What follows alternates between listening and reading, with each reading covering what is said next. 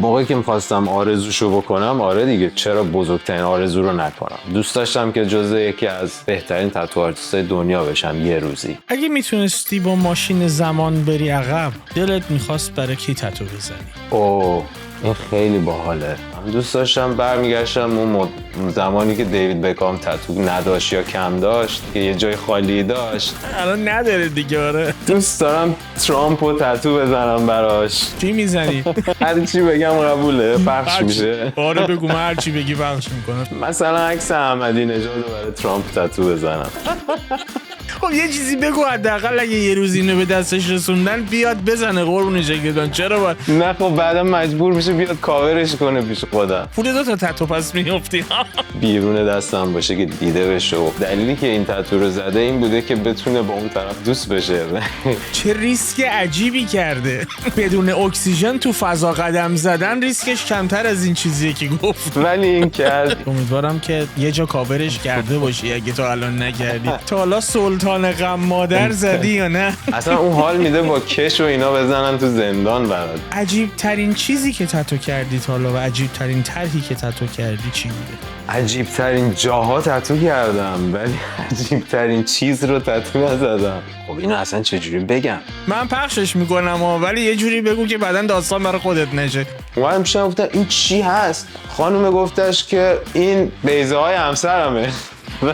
گفتم حالا چرا میخوای اینو تتو کنی؟ کجا میخوای تتو کنی؟ گفتم اینجا میخوام تتو کنم. این شرط رو باخته، باید بزنه. ایشون کرده. خانم حداقل قبلش مشورت شرط نبند. خانم شما خیلی شرط بند ماهری نیستی، حداقل مجازات یه چیز دیگه تعیین کن.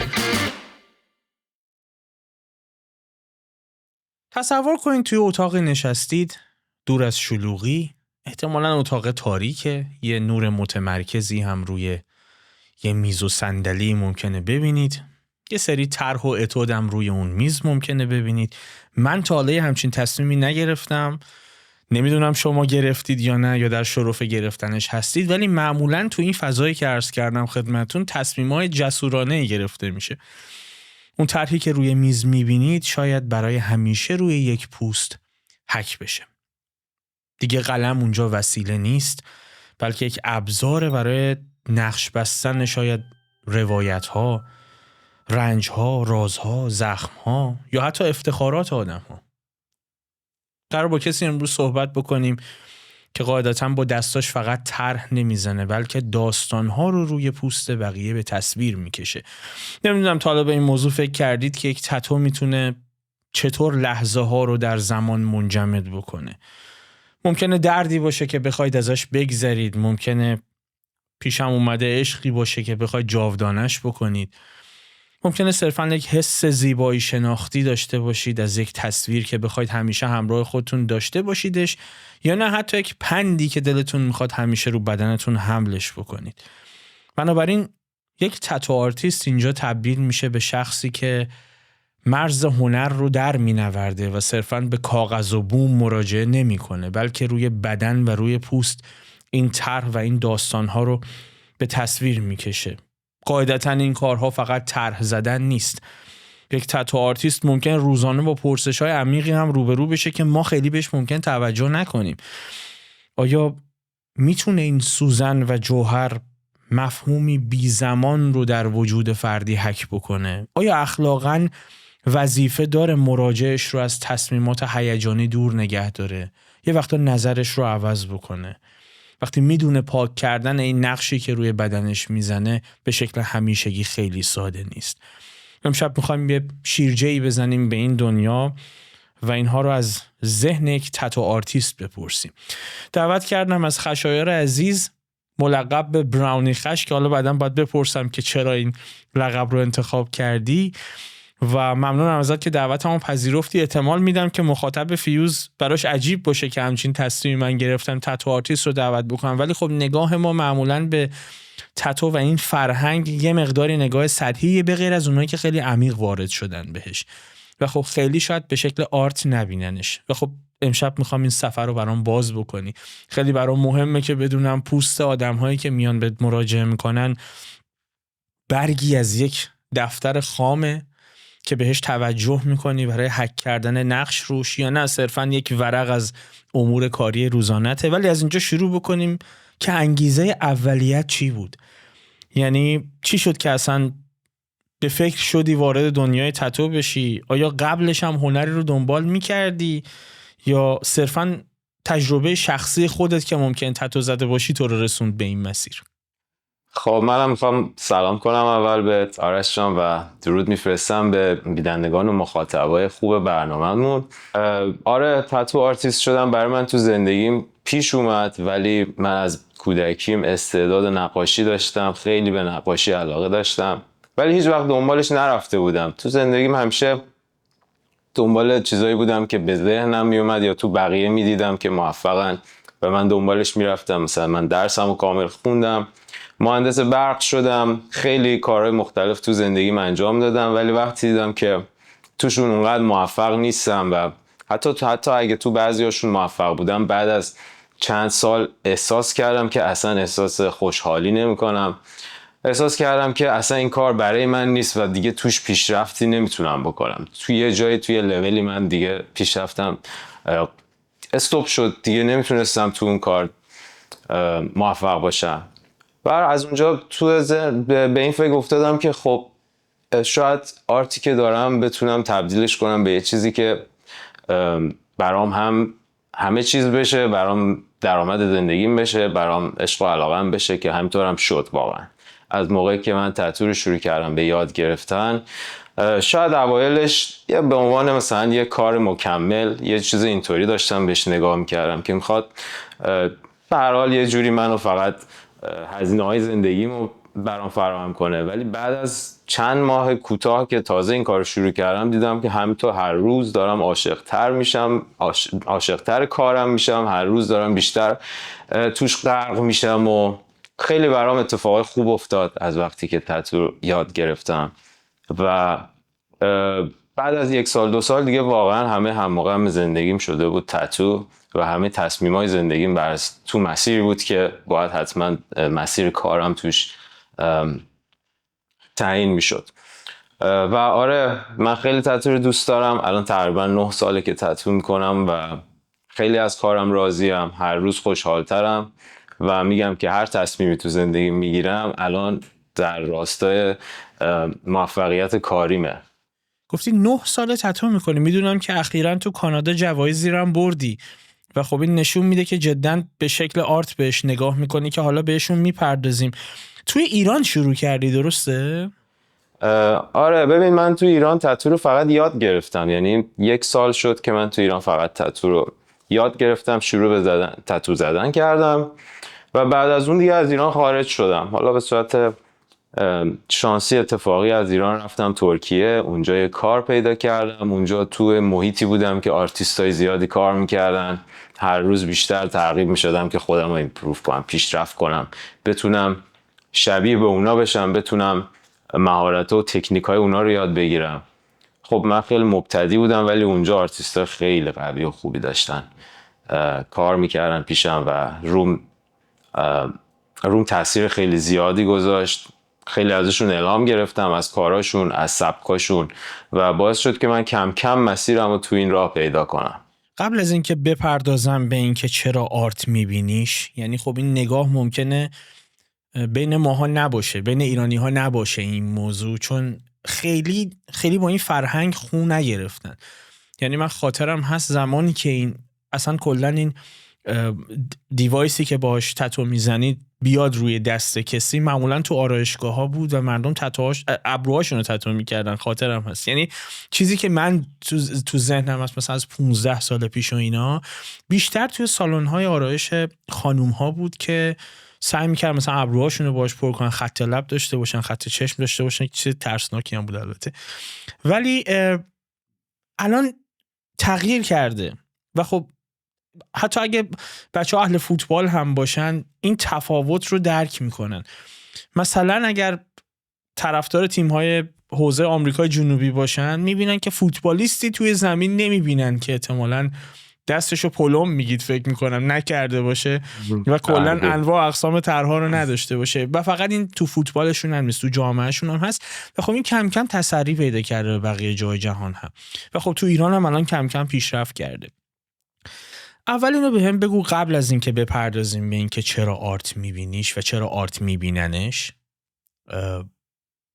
محدودیت هایی که تو ایران باش مواجه بودی به عنوان کسی که داشتی یاد میگرفتی و خب بالاخره از یه تتو آرتیست داشتی یاد میگرفتی، محدودیت هایی که یک تتو آرتیست تو ایران داشت و داره هنوز هم چی هست؟ خب ببین موقعی که من تتو رو شروع کردم تو ایران واقعا زمینه تتو خیلی کمتر از اینی که الان هست بود. البته نمیخوام بگم که الان محدودیتی نیست و خیلی آزاده، ولی اون موقع خیلی کمتر بود تعداد تتو آرتیست ها، امکانات تتو، تجهیزات تتو خیلی کم بود، فروشش خیلی ممنوع، یعنی خیلی محدودتر بود، ممنوع بود واقعا. و همونطور که میدونی تتوی هنریه که با تکنولوژی آمیخته است، یعنی با تکنولوژی داره پیشرفت میکنه، با تکنولوژی دستگاه‌های جدید و سوزن‌ها و رنگ‌ها و جوهرهای جدیدی که میاد تتو آرتیست‌ها میتونن کارهای بهتری رو ارائه بدن. خب اینا همه محدود بود و تهیه‌اش سخت بود دیگه. اتفاقا گفتید دستگاه‌های تتویی که تو آرایشگاه استفاده می‌کردم، من دقیقاً با همون دستگاه تتو یاد گرفتن رو شروع کردم. حتی استاد من که تتو می‌زد با همون یک دونه از اون دستگاه‌ام در کنار دستگاهش داشت و استفاده می‌کرد.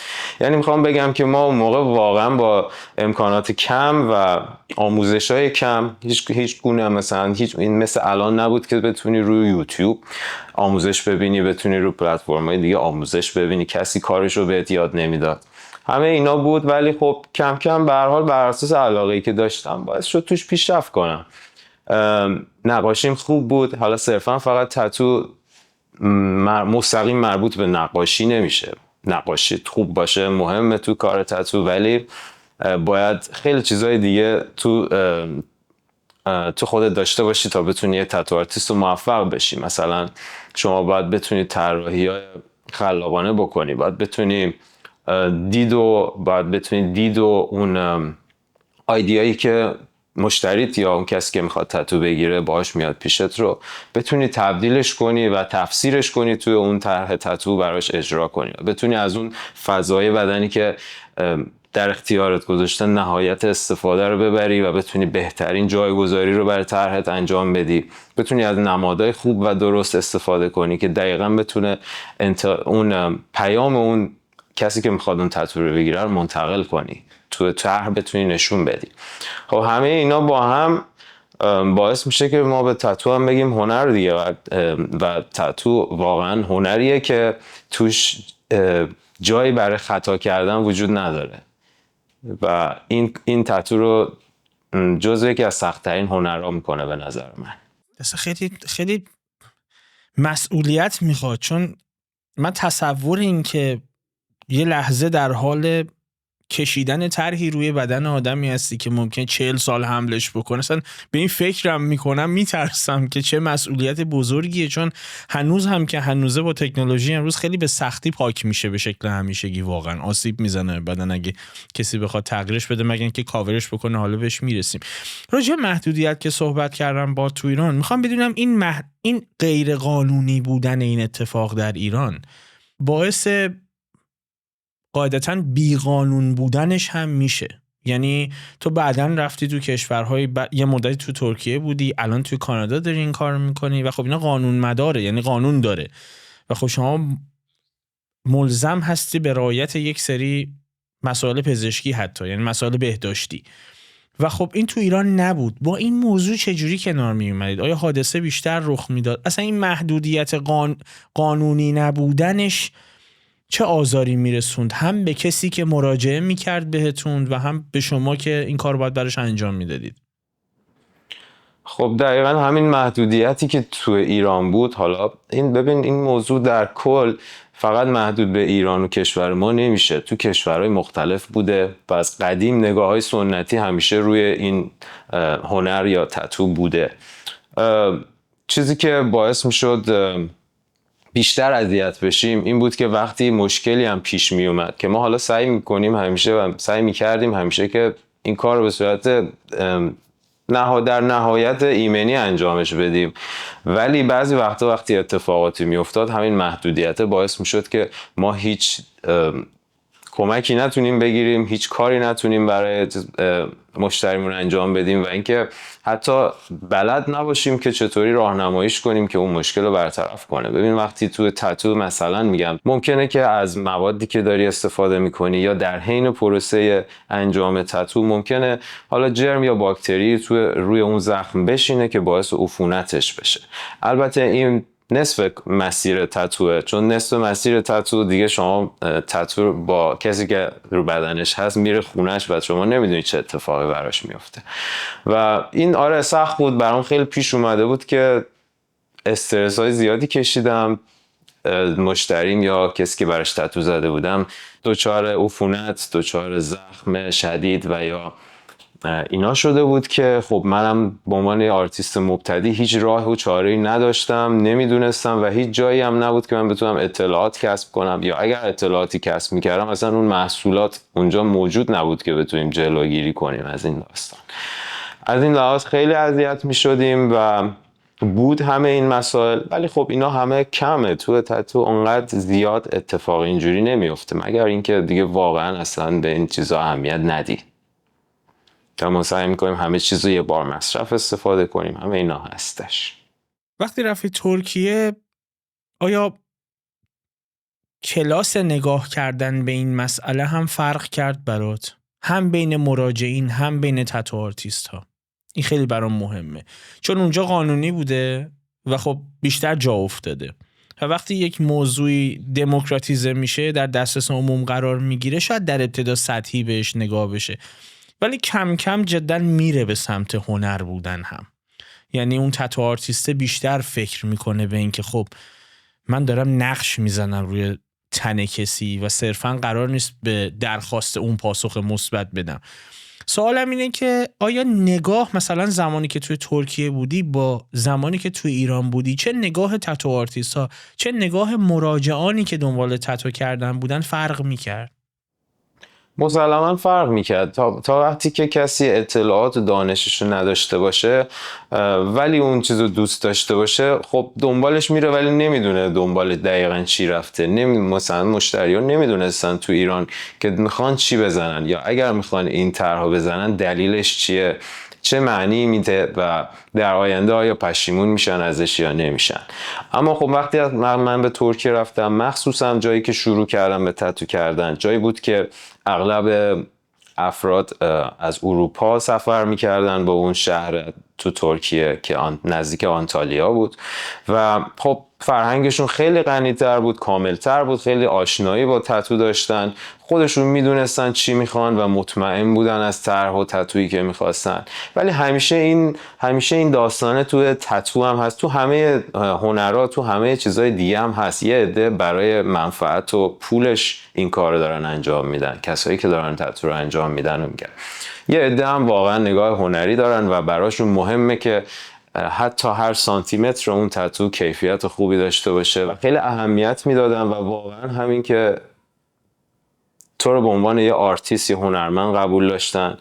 و حالا نمیخوام بگم که ما هر تتویی میزدیم ولی اکثرشون از کاری که براشون انجام میدادی تقدیر میکردن و بعدش کلی بهت انرژی خوب میدادن. اما این تو ایران خیلی فرق داشت. جایی که تو ایران شروع کرده بودیم برعکس این موضوع بود. وقتی برای کسی تتو میزدی فقط دنبال عیب و ایراداش میگشت، فقط دنبال یه گوشه‌ای بود که به تو نشون بده، بگه اینجا ایراد کاره، با اینکه اصلا اون طرف شاید دید هنری نداشت و اصلا شاید کسی نبود که شاید صلاحیت اینو نداشت که بخواد کار تو رو قضاوت کنه، ولی به چشم خودش شروع کرد از اونجاش ایراد گرفتن. ولی از طرف دیگه وقتی که اونجا ترکیه رفتم خیلی کار آسون تر شد برام، به خاطر که من میدونستم دارم تا حدودی در اون لحظه از زندگی چه کار میکنم و اونا هم تقدیر میکردن و این حس خیلی خوبی رو بین ما دو نفر ایجاد میکرد. چون ببین یه رابطه خیلی یه رابطه مدت داره و ما مثلا داریم 6-7 ساعت در روز وقت با هم میگذرونیم و این باعث میشد که انرژی خوبی که بهم میدادن باعث میشد که منم کار بهتری رو بتونم بذارم و وقت بیشتری حتی میذاشتم روی تتوهاشون. قشار حست به کل این ماجرا چیه؟ چون من خیلی سختمه، من نمیتونم ادراکی من خودم نمیتونم هیچ ادراکی ازش داشته باشم. حس این اجرای یک طرح دائمی چجوریه؟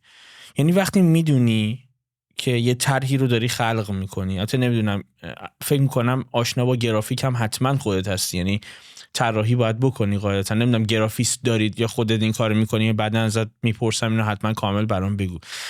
ولی وقتی میدونی یه طرحی رو داری خلق میکنی که این به احتمال قریب به یقین اگر طرف نخواد تغییرش بده برای همیشه رو بدنش میمونه، اون لحظه چه احساسی داری؟ چه مدل حس مسئولیت داری؟ این حس مسئولیت چه تأثیری رو کارت میذاره؟ خب حس مسئولیت به مرور زمان، این حس مسئولیت در من شکل راحت تری گرفته و من اوایل خیلی استرس بیشتری داشتم به خاطر مسئولیت زیادی که کارم داشت، ولی به مرور زمان کم کم یاد گرفتم که چطور طراحی کنم، یاد گرفتم که چطور کار رو اجرا کنم و چطور اون پروسه و اون تجربه تتو رو برای کلاینت و مشتریم اجرا کنم که در نهایت خیلی راضی باشه و بتونم بهترین خودم رو تو حالا چه طراحی چه تو اجرای تتو براش بذارم. میگم که بعضیا چون خیلیا کسایی که تتو میزنن چون میدونن که چی میخوان و دنبالش چی اومدن، خیلی راحت میشه باهاشون تو پروسه طراحی کنار اومد و برای طراحیشون لازم نیست خیلی وقت زیادی بذاری، با اینکه من خیلی از وقت روزانه‌ام صرف طراحی برای مشتریان میشه و اگر وقتی که طرحو بهشون نشون میدم نظری دارن یا حتی اصلا جهتی که من رفتم اشتباه باشه، من کاملا دوباره اون پروسه رو از اول براشون انجام میدم. خب حس مسئولیت توم هم شکل گرفته و به صورت یک حالت کمالگرایی هم درم یه ذره اذیت هم میکنه بعضی وقتا، چون دوست دارم همیشه صدمو بذارم، دوست دارم همه چیز چفت و فیکس و مرتب باشه تو کارم و میگم که تتو یه تجربه است، فقط یک کار یا یه هنر نیست. یعنی اون روزی که ما با هم میگذرونیم برای مشتری و برای کسی که میاد تتو بگیره به عنوان یه تجربه بزرگ تو زندگیش ثبت میشه، حالا هم رو بدنش ثبت میشه هم تو خاطراتش. قشنگ اون روز یه تجربه خیلی مهمه. پس اگه من بتونم حس خیلی خوبی بهش منتقل کنم و بتونم صد خودمو بذارم، مطمئنا اونم احساس خیلی خوبی داره دیگه. گفتی صرفاً یه کار و صرفاً هنر نمیبینیش، قاعدتاً تلفیقی از این دوتا میبینیش. سوال برای من پیش میاد که چطور بین جنبه اقتصادیش و جنبه خلاقیتش تعادل برقرار میکنی؟ یعنی خب وقتی یه مراجعی داری که ازت طرحی رو میخواد، هنرمند دنبال اینه که خلاقیت به خرج بده، یعنی همیشه یه قدم جلوتر بذاره، یه تغییری ایجاد بکنه. ولی خب از اون ور واقعیت اینه که به واسطه بعد اقتصادیش ممکنه مجبور بشی طرح‌های تکراری متعددی رو هم رو بدن‌های متعددی حک بکنی. چجوری تعادل برقرار میکنی بینش؟ یعنی چجوری قش نمی‌کنی به یه سمتش؟ یعنی هم میتونی از لحاظ اقتصادی خودتو تامین کنی، هم به خلاقیت هنریت بپردازی، به تکرار نیفتی.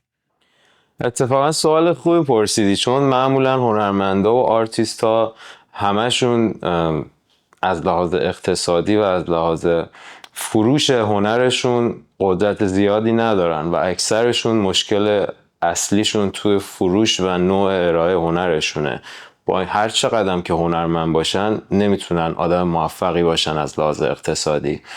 خب تا یه جایی تو موقعی که تتو رو انجام میدادم، تا یه چند سال اول خب همینطور که میگی طرح‌های تکراری و درخواستای خیلی مشابه داشتم و من اونو به عنوان یه تجربه توی مسیر کاری میبینم که لازم بود من انجامش بدم، به خاطر که تتو نیازمند مهارت‌های خاص و تکنیک‌های خاصه که باید بهش تسلط زیادی داشته باشی. پس تمرین لازمه اصلیشه. یعنی اولین چیزی که برای یه تتو آرتیست خیلی مهمه که بتونه پیشرفت سریع و خوبی داشته باشه تمرین زیاده و خب حتما داشتم اونو، ولی الان دیگه به یه جایی رسیدم و به یه لولی رسیدم که اگر ببینم که باید خلاقیتم رو قربانی کنم یا اینکه فقط باید به خاطر پول اون کار رو انجام بدم، مسلما این کار رو نمی کنم. الان اون کار رو، اون پروژه رو ترجیح میدم که قبول نکنم، چون میدونم که فقط به خاطر پوله و وقتی به خاطر پوله در اصل هم وقت من داره هدر میره، هم اون مشتری ممکنه بعداً پشیمون بشه، ممکنه تصمیم درستی نگرفته باشه که معمولا من اینجور پروژه ها، اینجور درخواست ها رو رد میکنم. اگه قرار باشه مشتریات رو دسته بندی کنی، ممکن این سوالم خیلی ممکنه جذاب باشه برای مخاطب، چون تصور ما ممکنه مثلا از کسی که میاد تتو میزنه خیلی باز نباشه، یعنی خیلی طیف گسترده از آدما رو نبینیم توش. ولی چطور دسته بندیشون میکنی؟ بیشتر چه آدمایی میان سمت تتو زدن و بیشتر به چه دلایلی میان سراغ تتو زدن؟ دسته بندی کنم از لحاظ سنی بخوام بگم، معمولا مخاطبا و مشتری و کسایی که میان تتو بزنن بین یه رنج سنی مثلا 20 سال تا 40 سال هستن و نه بیشتر از اون نه کمتر از اون. اصلا کمتر از اونه که ما قبول نمی کنیم و بیشتر از اون هم معمولا نیستن و به نظرم معمولا افراد توی این بازه سنیه که بیشتر میل به بیان کردن خودشون دارن و دوست دارن که خودشونو بیان کنن. بیان کردن بیان خودشون یکی از دلایل اصلیه که اکثر کسایی که من باهاشون سر و کار دارم و کار میکنم میان سمت تتو. دلیلش اصلیشون میتونه این باشه. حالا این بیان کردنشون میتونه بیان اعتقادات و بیان شخصیت و هویتشون باشه، میتونه مثلا جشن گرفتن خاطره ها، جشن گرفتن اتفاق مهم زندگیشون باشه، میتونه یه دستاورد خیلی مهمی رو کسب کرده باشه که داره اونو به عنوان یه چیز خیلی مهم تو زندگیش رو بدنش ثبت میکنه. میگم که چیز مشترکی که بینشون میبینم اینه که همهشون میل زیادی به بیان کردن خودشون دارن و تتو رو میان از تتو استفاده میکنن که بتونن با اون اعتقادات، با اون عقایدی که دارن ارتباط برقرار کنن. و تتو هم مثل بقیه اشکال هنر خب بیانگر شخصی، بیانگر شخصیت، بیانگر هویت، بیانگر خیلی چیزاست و طراحیاش معنادار و شخصیه و همین ترکیب ایناست که باعث میشه هنر شناخته بشه و افراد تقدیرش میکنن و اینقدر بهش علاقه‌مند میشن و دنبالش میرن و حاضر میشن که بدنشون رو با طراحی‌های معنادار تزیین کنن که برای سال‌ها هم پیششون میمونه. آدمایی که میان سمتت از چه طیف مشاغلی هستن؟ یعنی چه شغلایی دارن؟ مثلا به عنوان مثال نمیدونم یه وکیلم میاد سمتت برای تتو کردن، خلافکار میاد سمتت؟ این سواله برام جدی. اتفاقا آره، من خیلی مشتری زیاد داشتم، از تمام قشرها هستن. خیلی هاشون بیکارن، خیلی هاشون دکترن، خیلی هاشون وکیل بودن. من مشتری وکیل داشتم و دارم. دکتر هستن، مهندس، معمار، ساختمانساز، کارگر، دانشجو، برنامه نویس و افراد مختلفن تو سنهای مختلف که بهت میگم و زن و مرد ندارن، همه مثل همن و فقط خلافکارا نیستن که دنبال تتوان. لا اینا به همون نسبت هم خلافکار هست ولی خب مشکلی نیست. اینو بهت میگم که یه زمانی واقعا جدا یه همچین تصور احمقانه‌ای تو ایران بود که اگه یه نفر میرفت تتو میکرد این حتما خلافکار بود یا حتما مشکل روانی داشت. حتی ما الان توی قانونمون فکر میکنم داریم، راجع به این تحقیق دقیقی نکردم، نمیدونم، فکر میکنم تو بهتر از من بدونی، ولی میدونم که حتی یک نفر اگر تتو داشته باشه روی بدنش و جایی باشه که نمایان باشه، برای گرفتن گواهینامه به مشکل برمیخوره برای بار اول توی ایران و مجبور حتما بره مشاوره روانی اگه اشتباه نکنم. درسته؟ آره درسته. این تا یه جایی، تا یه زمانی یادمه که قشنگ اجرا میشد و اگر تتوتو میدیدن حتما باید میرفتی این دوره ها رو میگذروندی، کلاسایی برات میذاشتن که باید میرفتی، مثل کلاسای اخلاق بود، نمیدونم دقیقا چی بود، که یادمه همه میگفتن همه این حرفا بود و اوایل فقط خلافکارا تتو میتونستن بزنن، چون به هر کی تتو میزد میگفتن خلافکاره. خلافکارا مشکلی نداشتن که بهشون بگی. برای همین این سوالو پرسیدم. اتفاقا این سوالو پرسیدم که بحثش باز شه که چقدر احمقانه است. من یه آمار بخوام بدم به مخاطب، این برای شما خیلی عجیبه. اگر یه وقت همچین تصوری دارین، میدونم که ممکنه به این اصلا کلا مفهوم تن برای شما نماد چیزهای دیگری باشه و شما این رو صرفا یک ضرر بدونید بهش. راجع به اینا الان نمیخوام صحبت بکنم، ولی صرفا اگه یه آمار بخوام بهتون بدم، در آمریکا صرفا حدود 30 یا 40% افراد بین 18 تا 35 سال یک تتو دارن. بنابراین اگه قرار باشه همچین فکری بکنیم، خیلی درصد عظیمیه برای مشکل ذهنی یا روانی داشتن که کسی با این دیدگاه بهش نگاه بکنین که طرف داره آسیب به بدن خودش میرسونه، که در حقیقت اینجوری نیست. ممکنه دلش بخواد یه طرحی رو برای همیشه همراه خودش داشته باشه. برای من خیلی جذاب بود که وکیل و پزشکم میان پیشت، ممکنه اینجوری بهش فکر نکنیم. عجیب ترین مشتری، یعنی عجیب ترین شغلی که به در قالب مشتری مراجعه کرده بود که تتو بزنه و فکر نمی‌کردی که همچین چیزی بخواد، کی بوده؟ یادت هست؟ راستش خب اولش همش عجیبه دیگه، وقتی دکتر میاد پیشت و تتو میخواد یا وکیل میاد پیشت و تتو میخواد، همش برات عجیبه. و من همیشه از این موضوع خوشحال بودم که وقتی میشنیدم که از طرفم میشنیدم که دکتره، خیلی خوشحال میشدم و سعی میکردم که باهاش ارتباط بیشتری بگیرم، دلیل این تتو گرفتنش ازش در بیارم و بتونم بفهمم.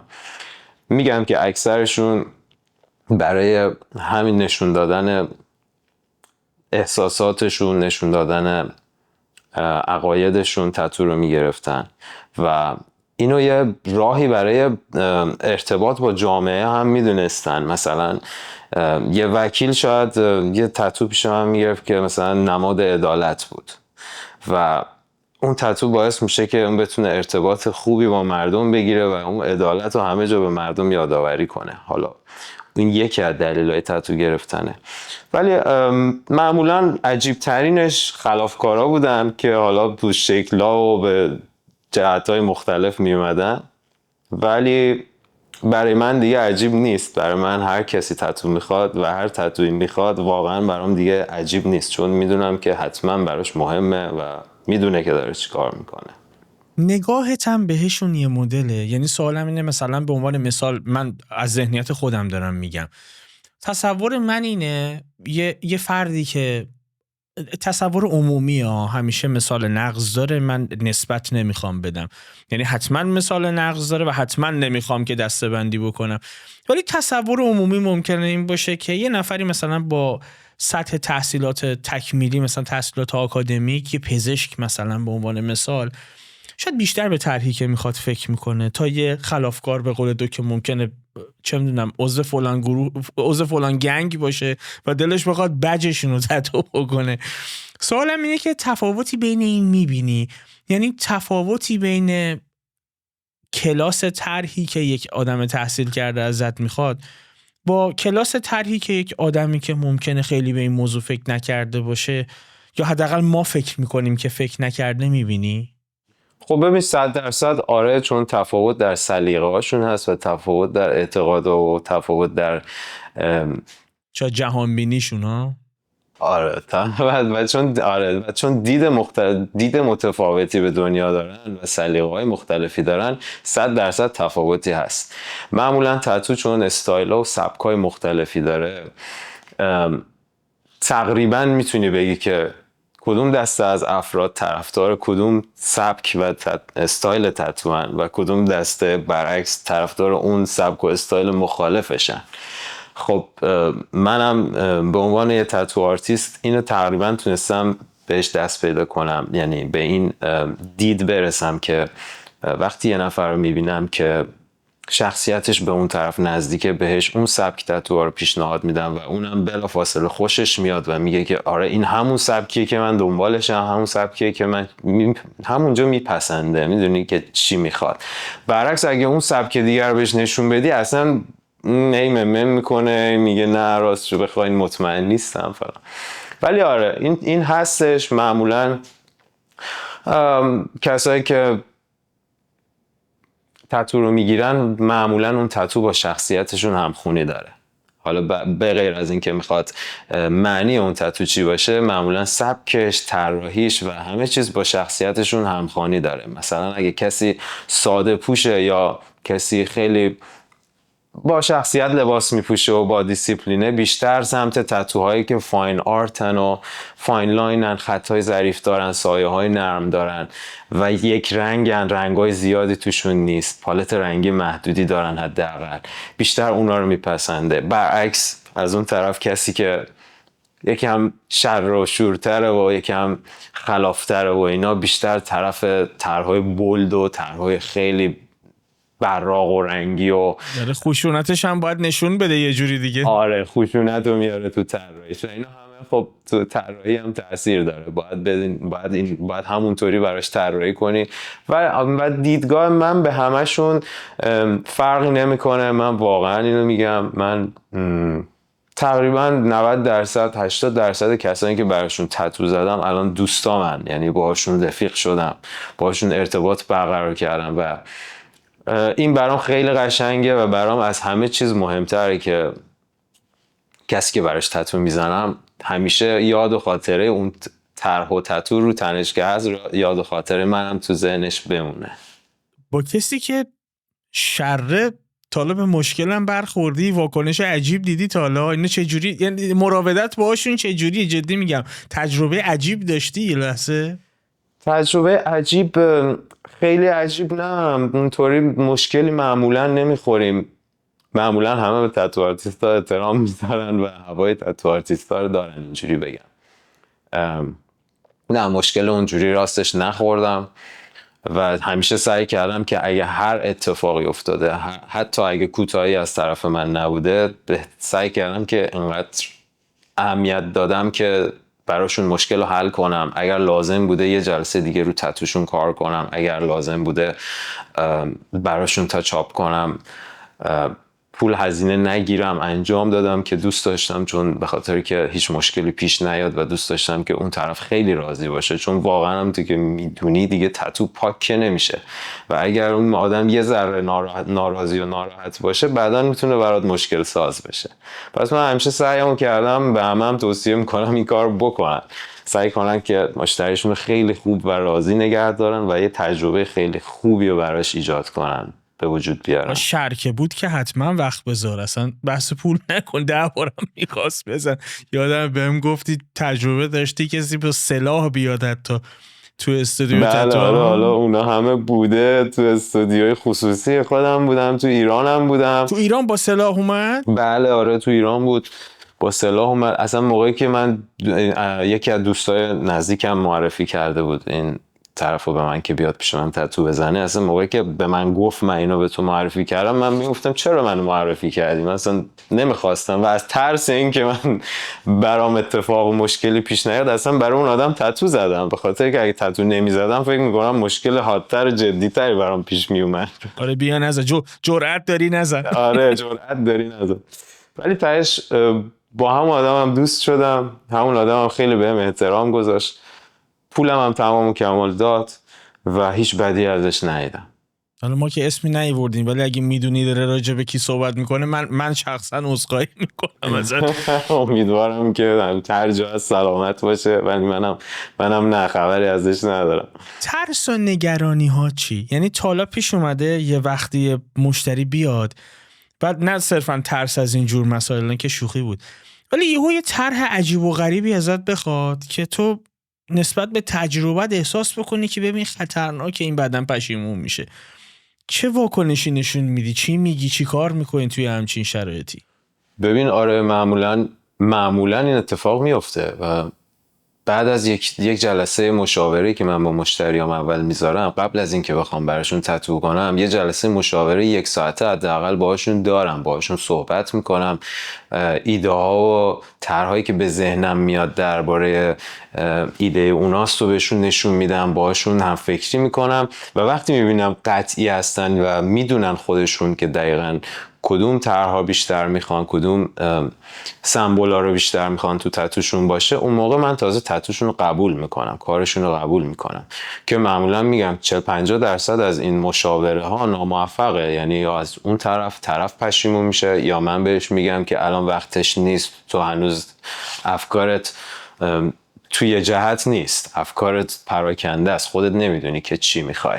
اون موقع خب من هرچی پیشنهادی هم بدم پیشنهاد شخصی منه، چون تتو گرفتن یه تصمیم کاملا شخصیه و اون طرح رو انتخاب کردن هم یه تصمیم کاملا شخصیه. پس اون فرد باید هدف راستای اصلی اون طراحی رو مشخص کنه. وقتی که اون شخص هدف مشخصی تو تتوش نداره، من قبول نمی کنم. معمولا بهشون میگم که وقت بذارید، فکر کنید و بهش تایم بدین. الان وقت تتوتون نیست. شما اگه میخوای تتوی بگیرید اوکی، ولی باید فعلا به خودت وقت بدی، بذاری یه کم دیگه بگذره. شاید نظرت عوض شد یا شاید تونستی به نتیجه‌ای برسی و اون موقع اگه با یه تصمیم بیاد پیش من، براش تتوشو میتونم اجرا کنم.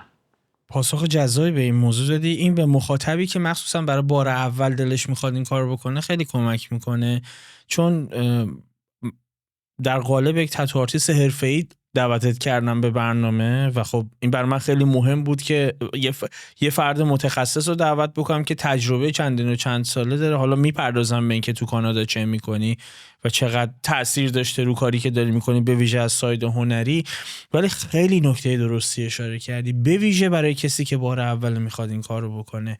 اگر جایی مراجعه میکنید و هنوز به قطعیت نرسیدید و بلافاصله اقدام میبینید از اون شخص که بخواد برای شما این کار رو انجام بده، یه مقداری تأمل و تأنی به خرج بدید، چون به پختگی هنوز نرسیده. این اتفاقا خیلی سوال کاری بود، چقدر طول میکشه. یعنی بنابراین من اگه تخمین بخوام بزنم، تو هیچ وقت برای کسی بار اول که میبینیش طرحی رو تتو نمی‌کنی، درسته؟ تقریبا آره. بیشتر کسایی که کنسل میشه و کار باشون انجام نمیشه، آره معمولا کسایی که دفعه اولی هن و میخوان دفعه اول تتو بزنن، ولی خیلی هم دفعه اولی بودن و یه تتو خیلی بزرگ زدن، میدونستن چی میخوان و با اینکه هیچ ایده از درد، از پروسش و از کاری که میخوایم انجام بدیم نداشتن، ولی میدونستن چی میخوان و گفتن که مثلا به قول معروف اسلیو کامل میخوایم بازومون کلا از مش تا شونه رو تتو کنیم و تتو کردیم براشون. خیلی هم راضی بودن، همچنان ادامه دادن، بیشتر و بیشتر هم تتو گرفتن. مرز اخلاقی هم داری تو انجام این کار؟ یعنی بیا فرض بکنیم یه آدمی میاد پیشت ازت یه طرحی میخواد، آیا تو خودت خطوط قرمزی داری؟ یعنی یه وقتی هست به عنوان آرتیست یه خطوط قرمزی تو برای خودت تعیین کردی، یه محدودیت‌های خودت توی ذهن خودت ترسیم کردی که من فلان طرحو نمیزنم، فلان طرحی که با ارزش من مغایرت داره رو نمیزنم بنا به هر دلیلی. میخوام ببینم آیا از این مرزها داری؟ چه خط قرمزهایی برای خودت تعیین کردی؟ معمولاً چه طرحهایی رو رد میکنی؟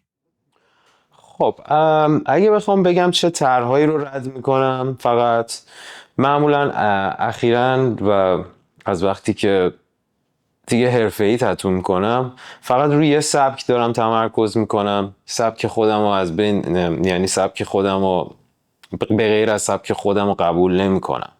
مثلا من الان خیلی وقتی که دیگه فقط سبکم روی ریالیسم و روی تتوی رئالیستیکه و خب مسلما تتوهایی که بخواد سبک دیگه ای باشه رو اگر نزدیک به رئالیستیک باشه یا توش یه بخش ریالیسم داشته باشه من قبول میکنم، ولی اگر کلا یه سبک متفاوت باشه من 100% قبول نمیکنم. تتو ترادیشنال کسی بخواد با خطای بولد، با طرحهای ساده، قبول نمیکنم. تتو حالا مدل‌ها و سبک‌های مختلف داره، ولی خیلی از سبک‌های تتو رو دیگه قبول نمیکنم. اگه بخوام فقط طرحی بگم، اما از لحاظ موضوعی نه، من خط قرمز و محدودیتی نمیبینم، چون میگم که این یه چیز شخصیه و تا وقتی که یه طرح رئالیستیک باشه، تا وقتی که من احساس کنم من میتونم اونو به تصویر بکشم، چه با طراحی چه با اجرام، سعیمو میکنم و اصلا این چالش رو دوست دارم و انجام دادنش برام لذت بخش میشه. چی شد که این سبک رو انتخاب کردی؟ یعنی چی باعث شد که بری سمت طرح‌های رئالیستیک؟ یعنی نری به سمت طرح‌های انتزاعی تر؟ خب اینسپایر شدم، خیلی الهام گرفتم از تتو آرتیستای دیگه، خیلی الهام گرفتم از نقاشا و کسایی که پیششون آموزش دیدم، دنبالشون میکردم این مدت. یه چیزی منو میکشید به اون سمت و همیشه دوست داشتم که اون چیزی که میبینم و دقیق بتونم همونطوری اجرا کنم، بدون اینکه با توجه به اینکه پوست مثل یه کانواس معمولی نیست، پوست تکسچر داره، بافت داره، تو اگه بافت پوست رو خراب کنی دیگه اون رنگ اونجا زیر پوست نمیمونه و وقتی که هیلد میشه تتو، وقتی که خوب میشه پوستش میریزه، یه ظاهر دیگه ای پیدا میکنه و این برام جذاب بود که میدیدم که چجوری اینا میتونن همه این دیتیل و همه این جزئیات رو اجرا کنن بدون اینکه وقتی که بعد از با توجه اینکه بعد از چند سال هم دوباره هنوز اون دیتیل و جزئیات اونجاست و باعث نه زخم شدن پوست شده نه حالا هر چیزی و این برام یه چیز حیرت انگیز بود. واقعا من تعجب میکردم، خیلی هم دوست داشتم که بتونم این کار رو بکنم و کم کم خب تلاش کردم، سعی کردم از کسای مختلف، حالا مدل‌های مختلف آرتیستا چیزی یاد بگیرم، بتونم تو کارم اجرا کنم و تا حدودی فکر میکنم موفق بودم. فرآیند خلاقیت چجوری طی میشه؟ یعنی اگه یه مشتری بیاد و کل بار مسئولیت رو بذاره رو دوش خودت و به عنوان مثال قاعدتا همه همین رو احتمالاً میخوان، یه چیز خاص میخوان و ازت یه چیز خاص میخواد و خودش ممکنه خیلی ایده‌ای نداشته باشه، از کجا الهام میگیری؟ چون آدم منابع متعددی برای الهام داره، موسیقی هست، طبیعت هست، مخصوصا وقتی که به طرح‌های رئالیستیک علاقه‌مند هستی، هنرهای تجسمی هست، تجربه‌های شخصی هست. از کجا الهام میگیری براش؟ یعنی به چیش نگاه میکنی؟ چه جوری تشخیص میدی که برای این آدمی که میاد و خب خیلی ایده‌ای ممکنه نداشته باشه ولی یه چیز خاص میخواد، چه جوری یه ایده‌ای میدی که بهش ربط داشته باشه؟ اجرای یه طرح برای یک نفر واقعا یعنی طراحی یک طرح برای یک نفر واقعا کار آسون و کاری نیست که زمان کوتاهی ببره. معمولا کسایی که نمیدونن چی میخوان و همه چیز به ما میسپارن، کار ما خیلی سخت‌تر میشه، چون باید بتونیم تشخیص بدیم که اون چه کاراکتری داره، اون طرف چه چیزایی رو دوست داره. معمولا من این تو این شکلی اینو اینطوری هندل میکنی. راحت باشه، نداره، با کلماتی که دلت میخواد صحبت کن. اوکی مرسی. معمولا من اینو اینطوری هندل میکنم که برمیگردم به تجربم و با چند تا سوال کوچیک پرسیدن از طرف میتونم یه ذره مسیر طراحیمو پیدا کنم. بعد از اون دیگه چون خب خودم رئالیستیک کار میکنم و علاقه به سبک رئالیستیک دارم، معمولا از عناصر طبیعی، از طبیعت الهام میگیرم. معمولا دوست دارم که اون حس رو تو طراحیام اجرا کنم و اون عمق رو تو طرحم بیارم که اون بود رو داشته باشه و یه طرح فلت دو بعدی یه بعدی نباشه. خیلی روی این کار میکنم. سعی میکنم که با سایه های نرم، با رنگ های مختلف که با هم کنتراست خوبی دارن، به اون طرح یه بعدی بدم که باعث بشه به چشم هر کسی بیاد، حتی اگه اون کس هیچ زمینه از هنر درونش نیست، ناخودآگاهش از اون طرح خوشش بیاد و براش جذاب باشه. خب میتونم تا حالا انجام دادم و این یه چیزی نیست که بتونی تعریفش کنی. وقتی که خلاقیتت بخوای بیشتر بشه، فقط باید تمرین کنی، فقط باید بتونی خودتو بشناسی و بتونی خودتو پیشرفت بدی، از لحاظ ذهنی، از لحاظ ارتباطی با مردم که بتونی بعد از خلاقیتت استفاده کنی و برای اونا مفید بشی، بتونی بهشون کمک کنی. منظورمه تعاملت با کسی که بهت مراجعه میکنه و تتو میخواد در ابتدا چجوری؟ یعنی قبل از اینکه کارو شروع بکنی معمولا چه صحبتایی باهاش میکنی؟ این سوالو برای این ازت میپرسم که مخاطب بدونه اگر جایی مراجعه میکنه بتونه تشخیص بده تتو آرتیست حرفه‌ای بالا سرش ایستاده یا نه. منظور من اینه که دغدغه یک تتو آرتیست حرفه‌ای در ابتدا قبل از اینکه کارو شروع بکنه چیه؟ چه صحبتی با مشتریت میکنی؟ راجع به چه چیزهای انذار و هشدار بهش میدی راجع به طرحش که این 10 سال بعد آیا همین رو میخوای کماکان رو بدنت داشته باشی؟ به چه چیزایی فکر میکنی و چیا رو با مشتری در میون میذاری؟ 100%. من اول دلایلی که با مشتری مشاوره میکنم، یکی از دلایل اصلیش اینه که از نزدیک پوست اون مشتری رو ببینم، چون پوست هر انسانی با آدم دیگه فرق میکنه. خصوصیات مختلفی دارن، میتونه پوستش خشک باشه، میتونه چرب باشه، میتونه پوستش حالا ضخیم، نازکتر، پیرتر یا جوانتر باشه که هر طرحی رو هر پوستی به خوبی نمیشه اجرا کرد، یا اگر هم اجرا کنید در طول مدت زمان اون طرح کیفیتش رو از دست میده. و ما همیشه سعیمون بر اینه که طرحی رو اجرا کنیم و جوری طراحی کنیم که به مرور زمان و تو مدت زمان اون طرح خوب و قشنگ به چشم بیاد. چون فقط روزی که تتو رو میزنیم مهم نیست، باید به این فکر کنیم که در طول زمان طولانی این طرح چجوری رو بدن اون طرف میمونه. پس اولین دلیلم اینه که یکی از دلایل مهمم اینه که حتما باید پوست طرف رو ببینم، خب از نزدیک میبینم و ایرادایی که تو اون طراحی یا اون سبکی از تتو انتخاب کرده اگر با پوستش مخالف باشه بهش میگم این سبک تتو برای پوست تو، برای این قسمت از بدن تو اصلا خوب نیست، یا خوبه، یا بیا این کار بکنیم. بعد میگم که مثلا خب معمولا الان دیگه ایده ایده‌های خودشونو دارن و من فقط سعی میکنم فقط یکم به ایده هاشون جهت بدم، سعی میکنم یکم ایده هاشونو به تصویر بکشم، یه سمبولایی که در اون زمینه به ذهنم میرسه رو بهشون معرفی کنم. شاید بعضی وقتا بتونم اگر طرف ببینم که دنبال یه معنی خاصی تو تتوش هست بتونم بهش یه طرحهایی رو پیشنهاد بدم که اصلا تو ذهنش نبوده ولی همون معنا رو داره میرسونه. بیشتر روی اینا تمرکز میکنم و روی کرکتر اون فرد خیلی. ببین من وقتی که با مشتریم مشاوره میکنم خیلی به این دقت میکنم که این آدم استیبل و آدم ذهنیت پایداری داشته باشه، خیلی پایداره، آره خیلی شخصیت پایداری داشته باشه و هر چی ببینم آدم ناپایدار تریه منم کمتر میل دارم که باهاش کار کنم، براش تتو انجام بدم. بیا ذره واقعی ترش بکنیم. این مشاوره رو به خود من الان بده. فرض کن من اومدم پیشت، نه جدا ازم چیا میپرسی؟ فرض کن جدی الان مراجعه کردم بهت، خیلی هم دیدگاهی ندارم، چی ازم میپرسی؟ چی ازم میخوای؟ آره معمولا اولین سوالم اینه که خب چند سالته و متأهلی یا مجردی، اگه بخوام کمکی بکنم. من 36-7 سالمه، متأهلم. خب متأهلم هستی، خب پس افراد مهمی تو زندگیت هستن، اتفاقای مهمی تو زندگیت افتاده که حالا اینا یا تاریخ دارن یا شکل و شمایل و یا اخلاق و خصوصیاتی دارن که ممکنه برای تو جذاب باشه و بخوای اینا رو همیشه رو تنت نگه داری. ممکنه من اینجا بیام موضوع تتوی تو رو ببرم سمت موضوع خانوادگی بودن، یعنی برات یه فامیلی تتو طراحی کنم.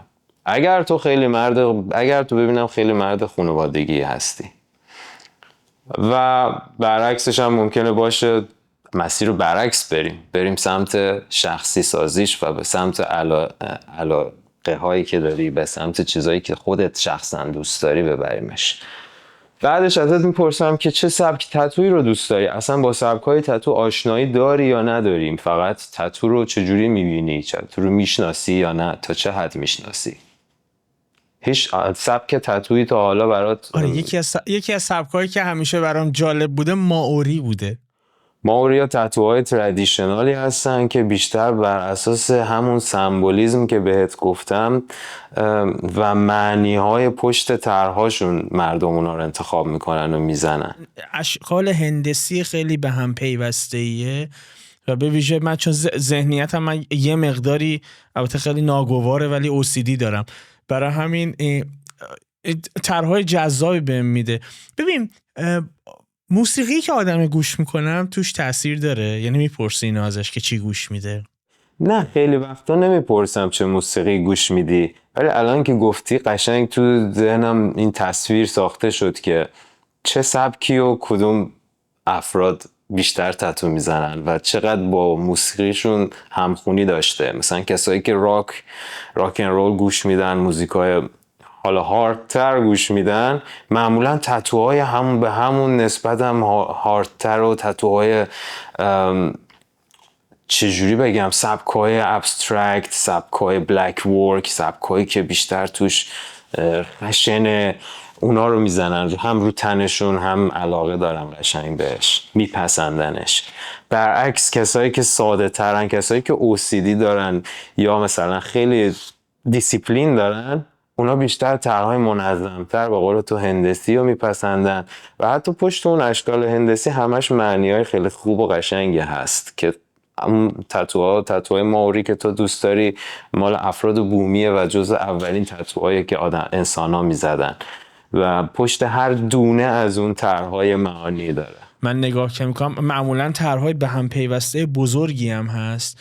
حالا الان به شکل مدرن میبینیم ولی آره تو جوامع بومی هم با همون ابزار سنتی که اینا تتو میکردن یه وقتایی با میخ و چکش بزرگ من دیدم میزدن و جدی اشکال هندسی ترسیم میکردن. حالا من که تا حالا این کار نکردم ولی نمیدونم تکلیف ما چی میشه که هم کلاسیک دوست داریم هم راک. فکر میکنی نگاه جامعه به مسئله هنر بودن تتو یا اصلا اساساً به خود تتو چقدر توی دهه گذشته تغییر کرده؟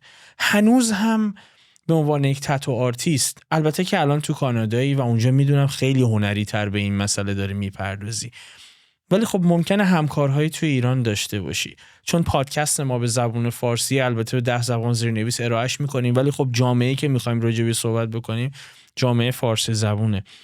توی یک دهه گذشته که طی شده تا امروز آیا هنوز هم با قضاوت‌های منفی برای چه شخصی که میخواد تتو کنه، چه شخصی که تتو رو انجام میده براش این تتو آرتیست مواجه هستی یا نه، به ویژه توی ایران؟ نه من کمتر الان دیگه انتقاد اونجوری میگیرم روی کارام و روی تتوهایی که میزنم. اینجا که اصلا من اینو خیلی کم میبینم و نمیبینم، چون بیشتر داریم تو سطح حرفه‌ای تر کار میکنیم و با افراد حرفه‌ای تری سر و کار داریم. ولی خب تو ایران بوده، تو کشورهای دیگه هم بوده و هست، یه نگاه سنتی همیشه روی این موضوع بوده و خب تتو هم همینطوریه. تتو هم ظاهر سنتی و ظاهر مدرن داره و اخیراً خب همه نگاهشون روی تتوهای مدرن بیشتر و نگاهی به تتوهای سنتی زیاد دیگه ندارن، مگر یه عده‌ای که خیلی دوست دارن که اون سنتی بودن رو برای خودشون حفظ بکنن. و هرچی که هنر پیشرفت کرده و مدرنیزه شده همونطور هم مردم دیدشون عوض شده بهش و الان دیگه تتو به عنوان یعنی از جنبه هنریش خیلی طرفدار داره و واقعا یه سری از افراد هستن که اصلا نه دنبال معنی هستن نه دنبال بیان کردن شخصیتشون یا هیچ چیزی درونی هستن و فقط دارن تتو رو به عنوان یه اثر هنری بدنی قبول میکنن و میزنن رو بدنشون و سالها هم نگاهش میدارن. تو ایران خیلی باهاش مواجه شدم. من حتی مادر خودم از تتو میترسه، یعنی اصلا نمیتونه این پروسه رو از نزدیک ببینه، ولی اصلا مخالف نبوده باش، از اول هیچ مشکلی نداشتم.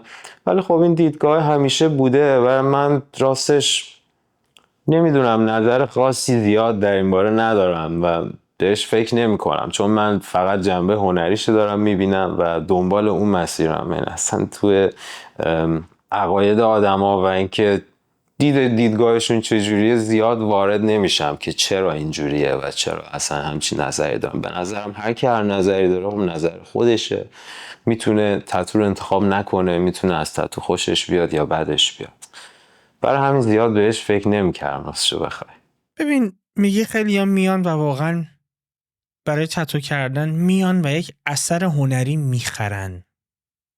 یعنی عملا اون هزینه‌ای که میکنن وقتی به ویژه به تخصص اون تتو آرتیست نگاه میکنن ممکنه بیان پیشت و اصلا از یکی از طرح‌هایی که قبلا برای کس دیگری زدی خیلی لذت برده باشن و این براشون یک اثر هنریه. میان و این رو به شکل یک طرح روی بدنشون دارن از تو میخرن. سوالم اینه که خشایار تجربه خاصی داشتی از این منظر که کسی بیاد یه طرحی رو ازت بخواد که داستانی پشتش باشه و خب بخوای براش طراحی بکنی و این احساساتیت کرده باشه، تجربه متفاوتی برات بوده باشه، یادت میاد همچین تجربه‌ای داشته باشی، موقع زدنش واقعا احساساتی شده باشی، اون داستانی که پشت این تتو هست درگیرت کرده باشه؟ اخیراً برای یک تتو زدم که یه تتو قدیمی رو تنش داشت. به قول خودش 40 سال بود که این تتو رو تنش بود.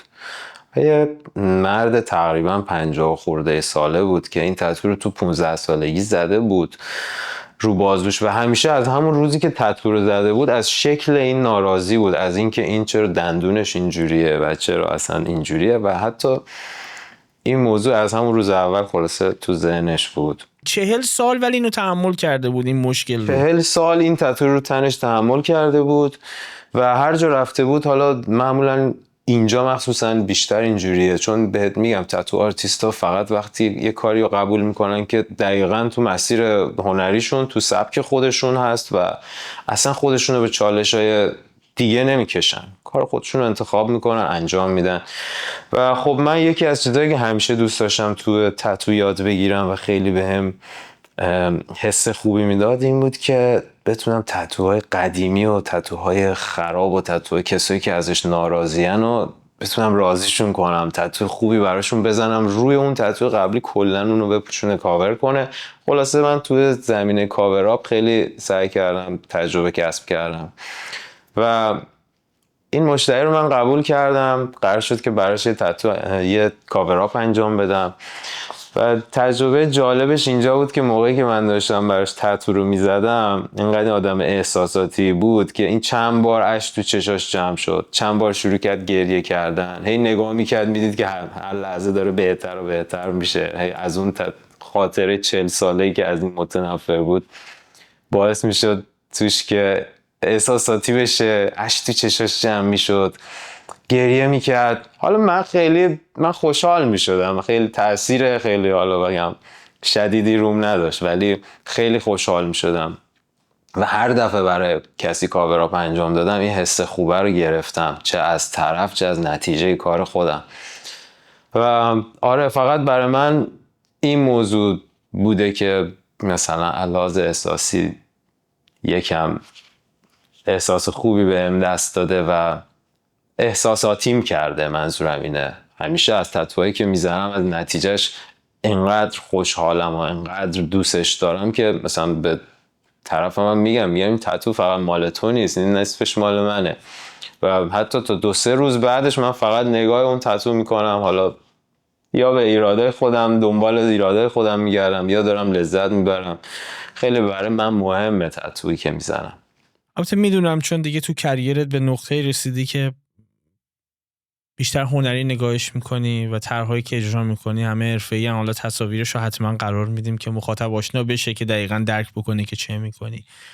ولی برخورد کردی با این که تا حالا تو این مسیر 9 ساله‌ای که داشتی برخورد کردی با کسی که اسم کسی رو بدنش تتو کرده باشه و بخواد برش داره، بخواد کاورش کنه و واکنشت به اون آدم نه توی ذهن خودت درگیرت میکنه این موضوع که این چرا اینجا هک شده و چرا داره پاک میشه؟ اون موقعی که اون آدم داشته میزده چی فکر میکنه؟ این غم انگیز هست برات؟ چون همینجا بیرون که بهش نگاه میکنی شبیه یک رمان میمونه جدی. اینکه یه نفر بنا به یه دلیلی اسم یه آدمی رو روی بدنش هک کرده، احتمالاً یک عشق شکست خورده یه دیگه الان، و اون روز فکر نمی کرده که این هیچ موقع شکست بخوره، فکر نمی کرده هیچ موقع سرشو مجبور شه به خاطر این پایین بندازه و امروز باید بیاد باهاش مواجه بشه و کاورش کنه. چه واکنشی به این داری؟ درون خودت چه حسی پیدا میکنی؟ ببین واقعا آدما خوب انتخابای اشتباه میکنن دیگه. یعنی من همیشه گفتم به هر کی اومده خواسته اسم تتو کنه، موقعی که حالا اسم تتو میکردم یا اینکه چهره یا عکس کسی رو که فقط همینطوری تو زندگیش برای مدت موقتی بوده رو خواسته تتو کنه، به همیشه به اینو گفتم داداشم نزن این تتو، پس فردا پشیمون میشی. هم دوستاشم بهش گفته بودن قبلی که میخواد بیاد تتو رو بگیره، ولی خب اومده با لجبازی، با همون حس هیجان مثلا لحظه‌ای که داشته اومده تتو رو گرفته. خب کاور کردنش که نه، معمولا حس همدردی چیزی باهاش ندارم، چون معمولا همشون متنفرن از اون اسمی که رو تنشونه و پس بر منم هیچ چیز احساسی به وجود نمیاره، احساساتم رو تحریک نمیکرده. ولی تجربه جالبی که در این زمینه دارم اینه که برای یکی از دوستام انجام دادم، پورتری یه نفر رو عکسش رو دستش زدم. چون رئالیستیک هم کار میکنی قابل تخمینه که پورتری زده باشی. و حتی من بهش گفتم که اینو حداقل میتونی تو قسمت داخلی دستت انتخاب کنی یا یه جای بدن انتخاب کنی که تو چش نیست، و اون اصرار داشت که حتما باید اینجای دستم باشه و اینجا بیرون دستم باشه که دیده بشه بخورم.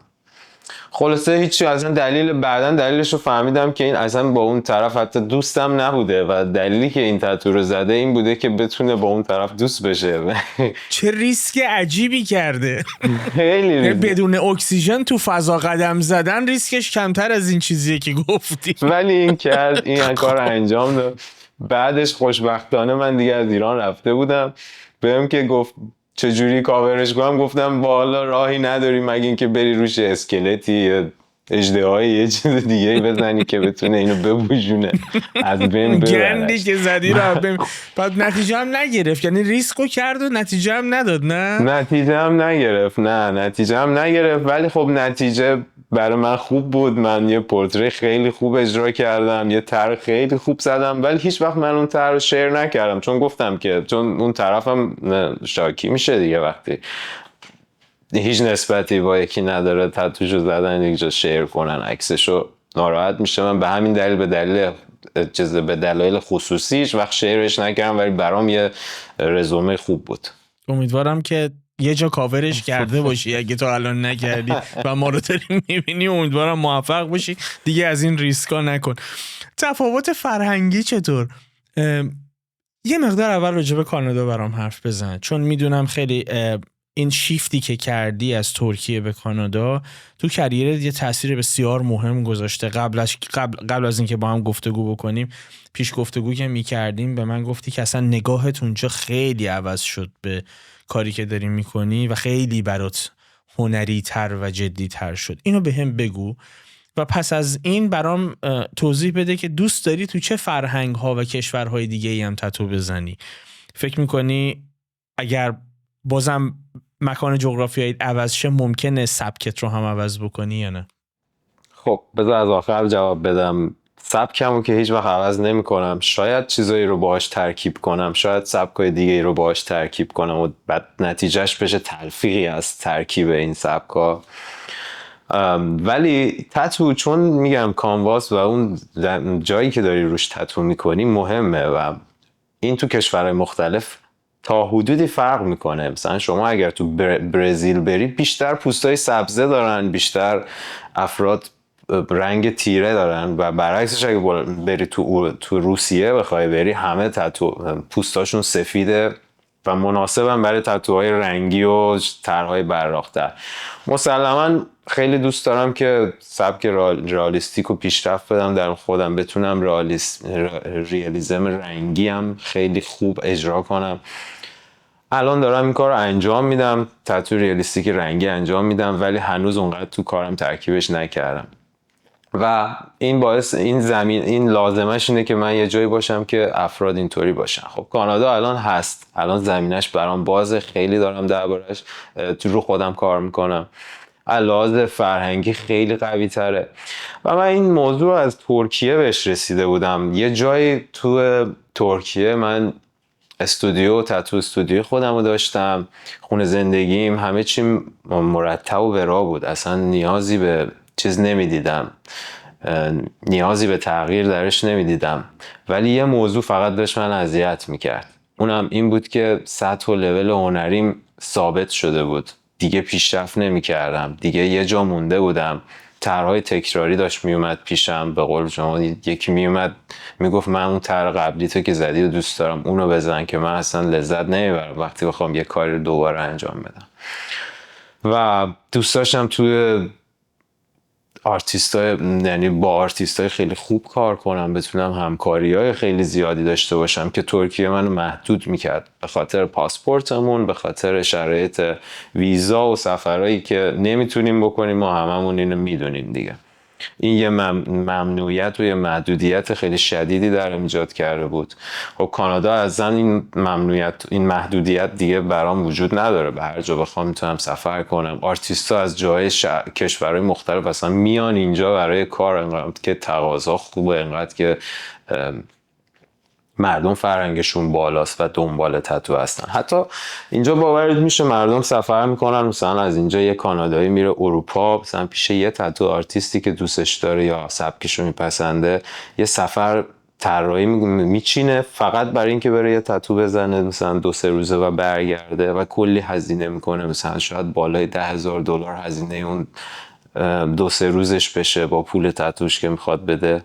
و من دنبال این اومدم که بتونم تو شرایطی کار کنم که فقط فکر و ذهنم روی کارم، روی پیشرفت سبکم، روی پیشرفت هنرم باشه، نه اینکه خیلی از وقتم صرف کارهایی بشه که فقط برای گذروندن زندگیم باید انجام بدم.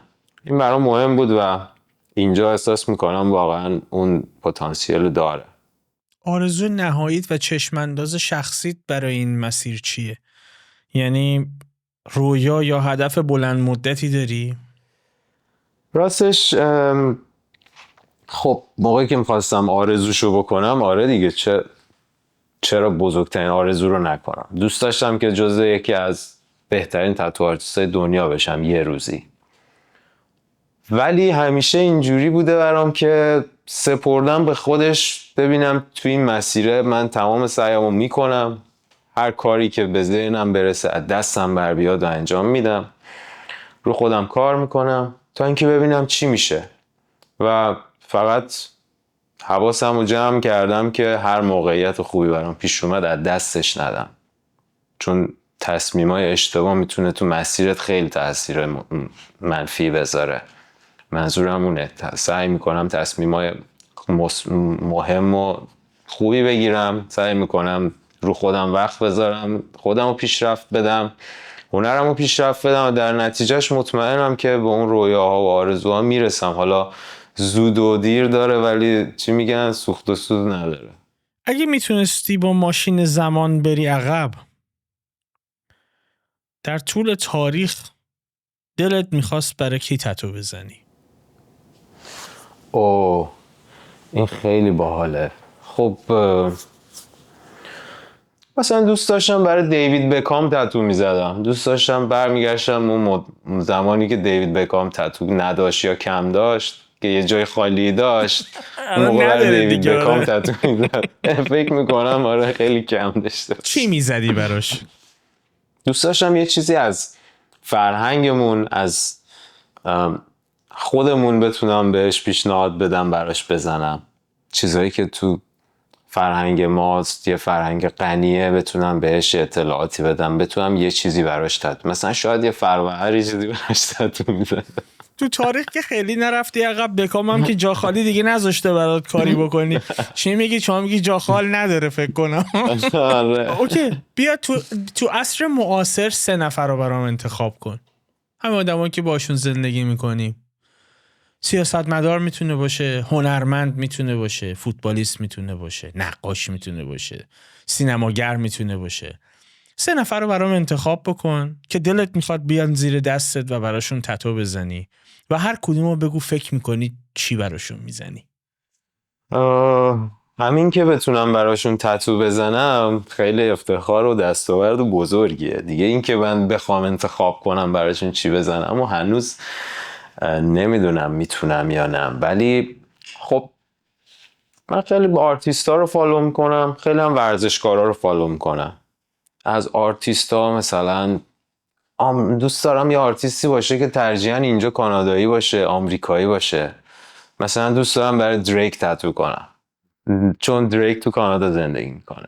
دوست دارم مثلا برای پست مالون تتو کنم چون استایلش خیلی دوست دارم، چون موزیکش دوست دارم. و سیاستمدار مثلا بگم الان اونو بگو، سیاستمدار رو بگو کی و چی میزنی براش، این خیلی مهمه. دوست دارم ترامپ رو تتو بزنم براش. چی میزنی؟ هر چی بگم قبوله، پخش میشه. آره بگو، من هر چی بگی پخش میکنم، فیلتر نمیکنم. مثلا عکس احمدی نژاد رو برای ترامپ تتو بزنم. خب یه چیزی بگو حداقل اگه یه روز اینو به دستش رسوندن بیاد بزنه قربون شکلتون. چرا باید؟ نه خب بعدم مجبور میشه بیاد کاورش کنه پیش خودم. پول 2 تا تتو پس میافتی. آره دقیقاً. نه این که شوخی میکنم، ولی خب برای فانش گفتم. کلا زیاد تو سیاست نیستم، تو من اینجور مسائل کلا زیاد. آره خطرناکه، به ویژه وقتی بخوای احمدی نژاد برای ترامپ بزنی. منم بهت پیشنهاد میکنم که صرف نظر بکنی، ابی نداره. تا حالا سلطان غم مادر زدی یا نه؟ اصلا اون حال میده با کش و اینا بزنن تو زندان برات. اون اصلا دیگه با دستگاه افت داره بزنی. از همه چی جالب تر اینه که یه زمانی جدی میگم من جملات پشت کامیونی رو من بسیار رو بدن مردم میدیدم. مثلا یک دهه پیش، 15 سال پیش، من حتی راننده کامیونی تو مسیر تهران و تبریز دیده بودم.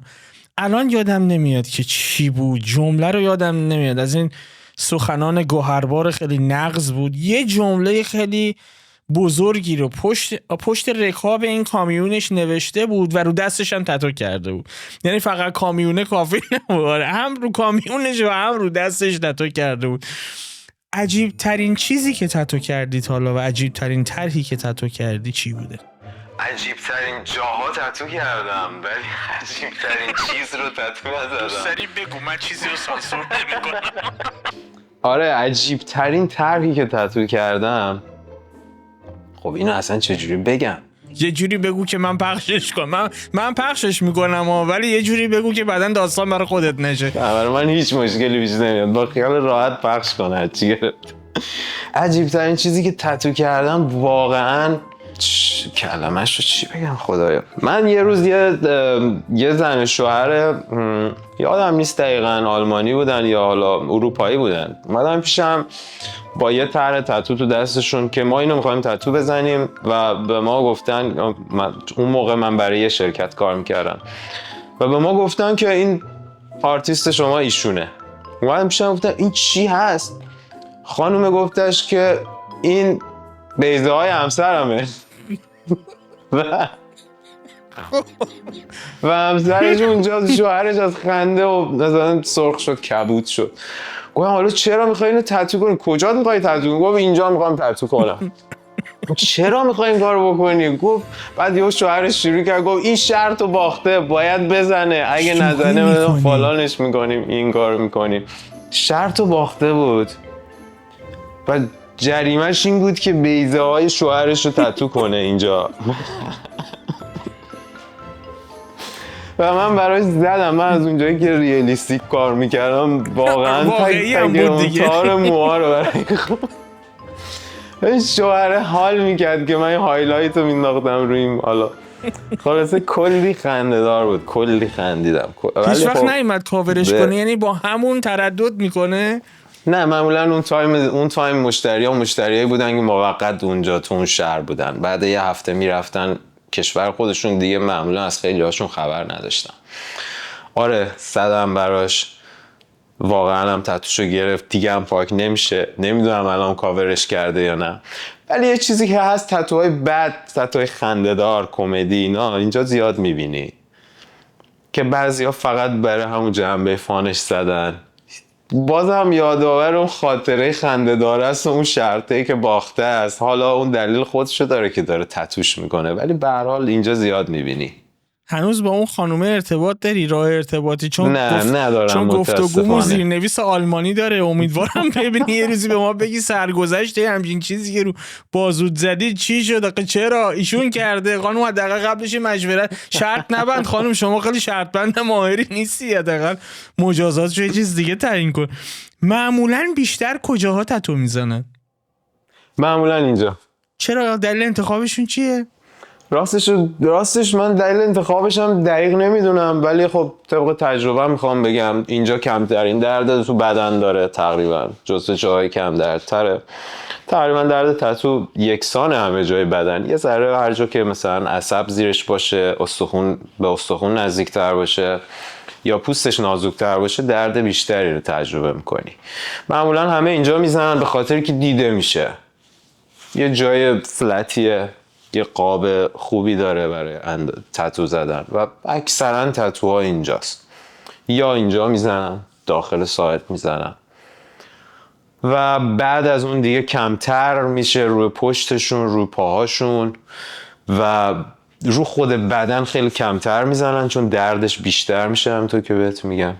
ولی من با لطف تجربه و حالا کار زیادی که کردم و فعالیت زیادی که داشتم، تقریبا، حالا نمیخوام بگم همه جای بدن، ولی تقریبا همه جای بدن تتو زدم.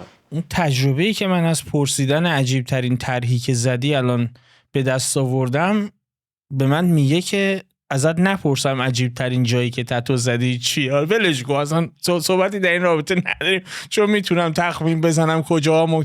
وقتی همچین طرحی رو پشت بازوی کسی زدی ممکنه طرح دیگری رو همین جای واقعی فرد دیگه هم زده باشی، بنابراین ولش کن نمیپردازیم. آره واقعا زدم. چه زدی؟ آره واقعا زدم. بیشتر از این نپرس، نبرش جلو، چون هم آدمش عجیب ترین بوده هم جاش عجیب ترین بوده. مشهورترین آدمی که براش تتو زدی کی بوده؟ مشهورترین آدمی که تا الان براش تتو زدم، من با هنرمندا زیاد کار کردم. مهمترینشون امیر تتلو بوده. تو ترکیه باهاش کار کردم، 2-3 سال با امیر تتلو کار میکردم و براش خیلی از تتوهاشو زدم. حالا یا کاور کردم روشون رو تتوی جدید زدم، یا براش ریفرش کردم، یا براش تتوی جدید زدم. یه مدت زیادی با امیر تتلو همکاری کردم. چون حساسیت برانگیزه خیلی نمیپرسم، سویه تبلیغاتی هم نداره پادکست ما، ولی دلم میخواد بدونم چون خب به این معروف هم بود، آیا همینقدر هنری به ماجرا نگاه میکرد و همینقدر واقعا فکر میکرد به طرحی که تتو میزدش؟ خیلی به طرحش فکر میکرد اتفاقا. خب تا حدودی همیشه نظر خودش بود، ولی خیلی به طرحش فکر میکرد و از همه مهمتر این بود که هدفش این بود که این تتو رو بتونه جا بندازه، بتونه فرهنگ تتو رو پیشرفت بده و بتونه دید سنتی، نگاه سنتی که مردم به تتو دارن رو عوض کنه و خیلی کمک کرد. خیلی لحاظ فرهنگی برای ما مؤثر بود. توی حوزه کاری شما درسته؟ برای تتو آرتیستا خیلی آدم محبوب تری بود، به خاطری که تتو رو به اون شکل واقعی و اون چیزی که ارزشی که داشت بیان میکرد بهش ارزش میداد و واقعا همیشه تقدیر میکرد و مثلا احترام میذاشت، هزینه‌ش رو پرداخت میکرد که خب خیلی از آرتیستا حتی توقع دارن که تو براشون کار کنی صرفا برای اینکه تو داری برای اونا کار میکنی، نباید پولی بدن. فکر میکنی آینده تتو به کدوم سمت میره؟ یعنی فکر میکنی با پیشرفت تکنولوژی در آینده تتوهای دیجیتالی میتونن جایگزین تتوهای سنتی بشن؟ یعنی صرفاً ماهیت هنری و معنوی تتو دستخوش تغییر بشه. یعنی مثلا یک ربات میتونه شاید در آینده خیلی دقیق تر از یک انسان این کار رو انجام بده، یا به شکل دیجیتالی مثل پرینت روی بدن پرینت بشه، ولی خب دقیقاً جوهر در بدن تزریق بشه.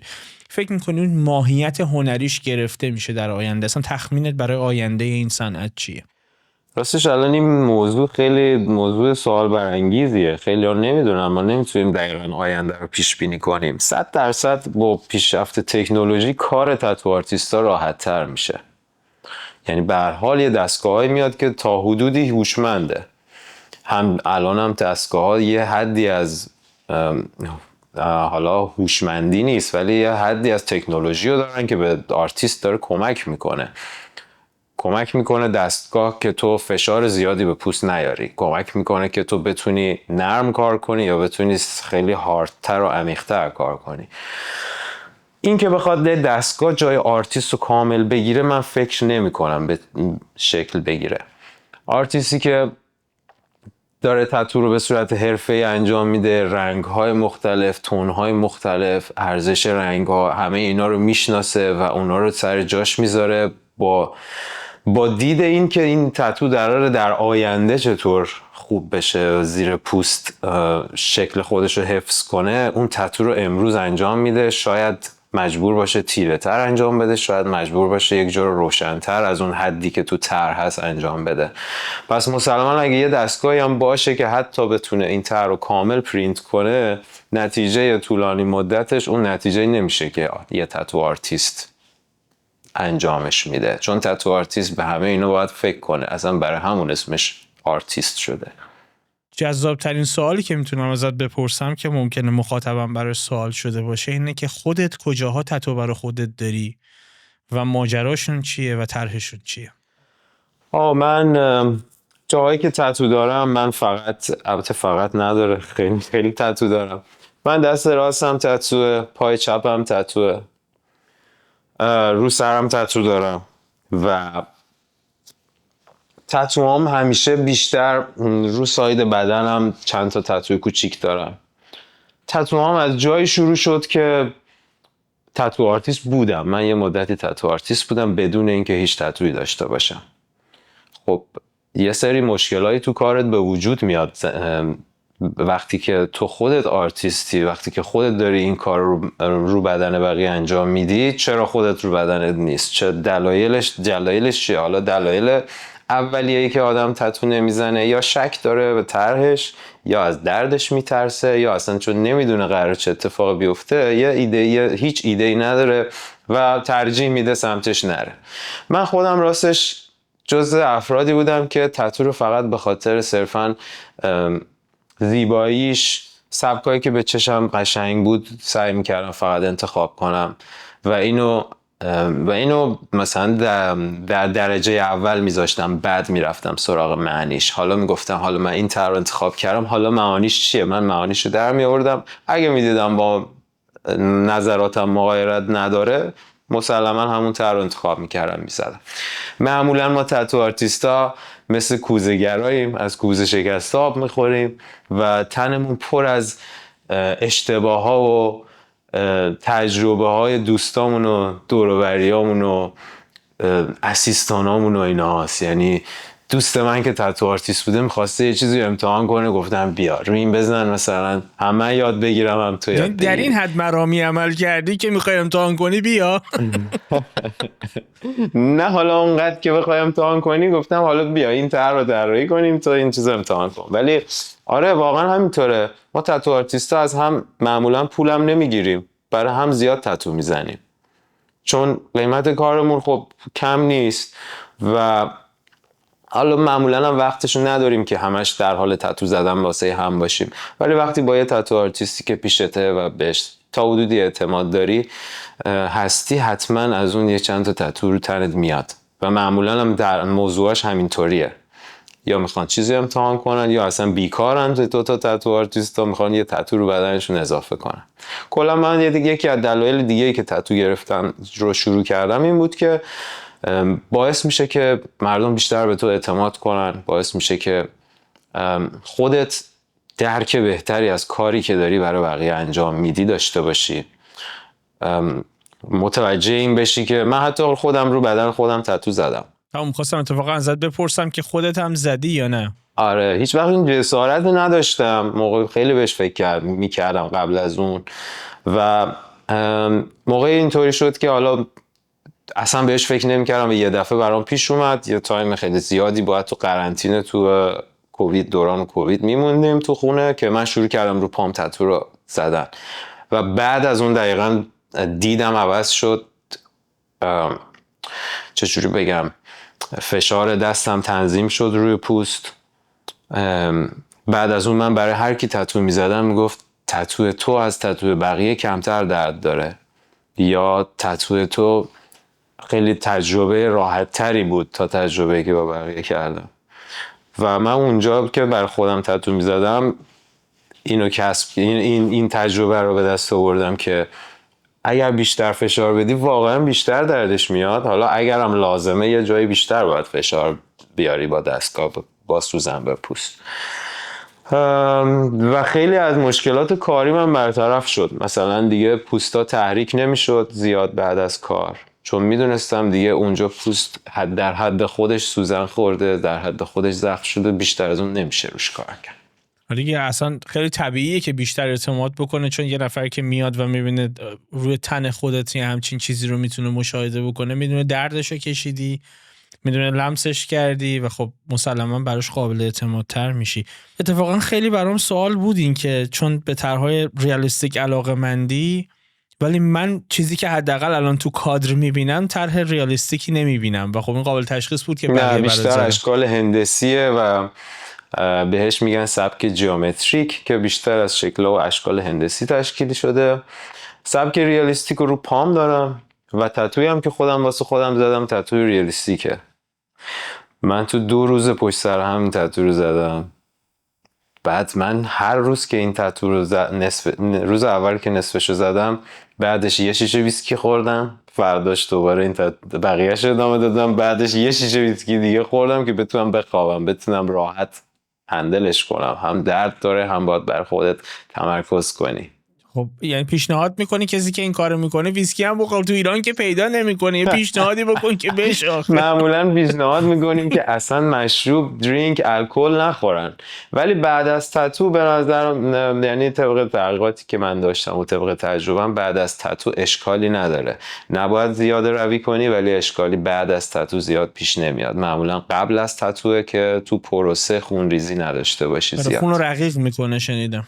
آره، ولی بعد از اون میتونی در حد کم، حالا در حد نرمال درینک کنی.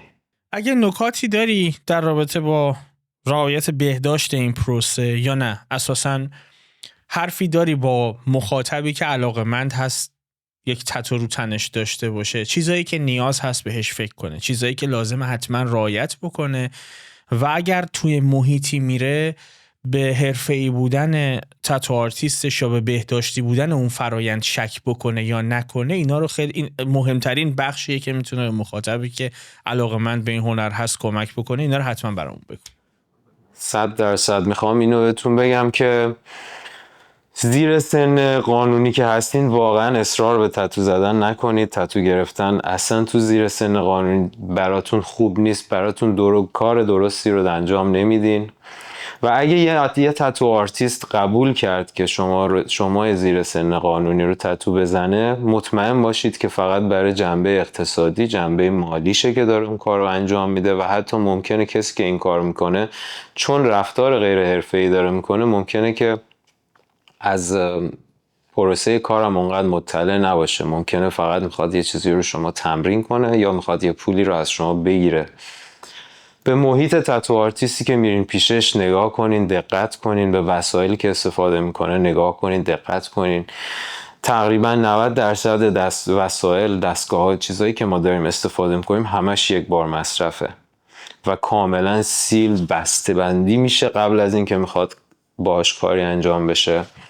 پس به این چیزا نگاه کنید. اگر میبینید که تتو آرتیستتون از دستکش استفاده نمیکنه یا خیلی موردهای مشابه، باید همونجا اصلا لفت بدی، باید بلندشی بری، حتی اگه شده وسط تتوت هم هست، این ریسک رو نکنی، چون عواقبش افتر افکت هایی که قراره بکشید عواقبی که قراره تحمل کنی خیلی بدتر از اونه که بخواد یه تتو نصفه رو تنت باشه.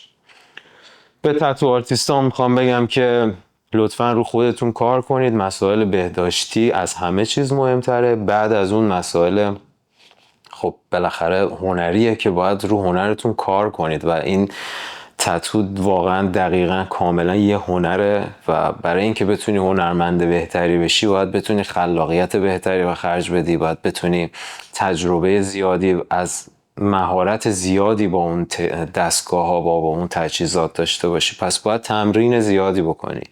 میخوام بگم که بهتون اگه میخواین خلاقیت بیشتری داشته باشید باید ذهنیت بهتری داشته باشید، باید طرز فکر درستری داشته باشید و تمرین زیادی بکنید تا نتیجهش بشه پیشرفت در خلاقیت شما.